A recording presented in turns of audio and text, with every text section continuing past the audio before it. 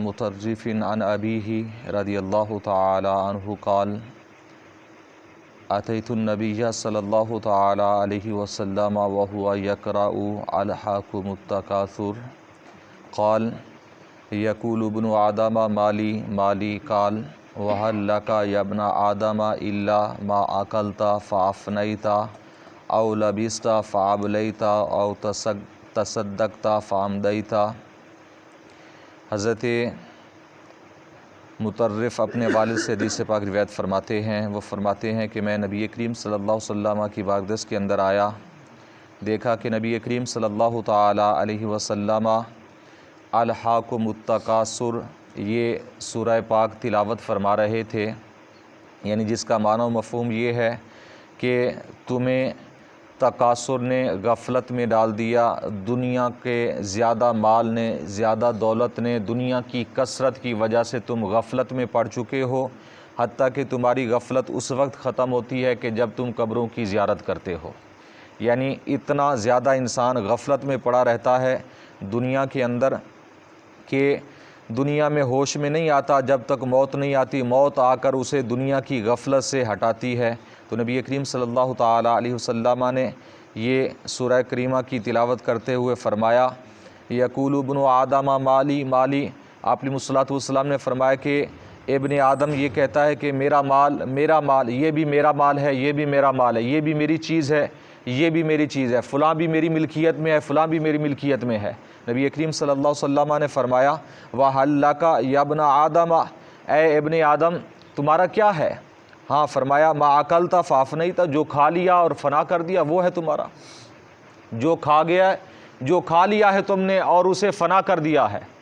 کھانے کے بعد اسے ختم کر دیا ہے، او لبست فأبلیت، یا پہننے کے بعد اسے تم نے پرانا کر دیا، اسے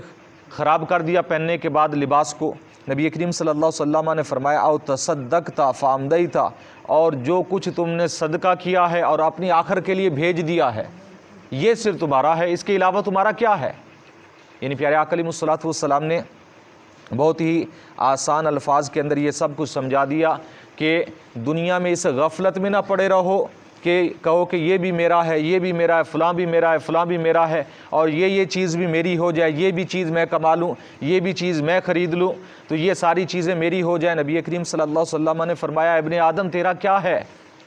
تیرا تو صرف اتنا ہے کہ جو تو نے کھا لیا، پیٹ میں ڈال لیا، یا جسم پر پہن لیا ہے، یا اس کے علاوہ جو اپنے ہاتھ سے آگے بھیج دیا ہے،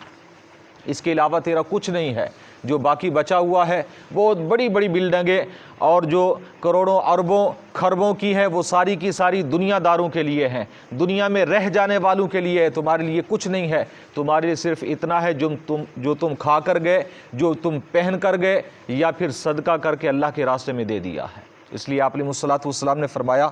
کہ دنیا کے اندر ایسی حالت میں نہ رہو کہ الہاکم التکاثر، کہ تمہیں تکاثر کی وجہ سے تم غفلت میں پڑے رہو، دنیا کا مال و دولت تمہارے پاس بہت زیادہ ہو جائے اور اس دنیاوی کاروبار کی وجہ سے، دنیاوی سسٹم کی وجہ سے اپنے رب کو بھول جاؤ، اپنی آخرت کو بھول جاؤ اور اللہ تبارک و تعالیٰ کی نافرمانی کرنے لگ جاؤ، اللہ تعالیٰ کی فرما برداری کو بھول جاؤ، جس نے تمہیں پیدا کیا ہے اور جس نے دنیا سے لے جانا ہے اور قیامت کے دن پھر نئی زندگی دینی ہے، اسے اگر تم بھول گئے اس دنیا کی کثرت کی وجہ سے تو پھر یہ تمہیں دنیا کے اندر بھی نقصان دینے والی ہے، آخرت میں بھی نقصان دینے والی ہے۔ مسلم شریف کی حدیث پاک ہے یہ، اس لیے کوشش کرنی چاہیے کہ بندہ مومن وہ ہے کہ جس کا آخرت پر بھی ایمان ہوتا ہے، دنیا کے ساتھ ساتھ وہ آخرت پر بھی ایمان رکھتا ہے اور کچھ نہ کچھ آخرت کی تیاری بھی کرتا رہتا ہے۔ اللہ تعالیٰ کی بارگاہ میں دعا ہے کہ نبی کریم صلی اللہ علیہ وسلم کے وسیلہ سے ہم سب کو علم دین سیکھنے کی، سمجھنے کی، عمل کی توفیق عطا فرمائے۔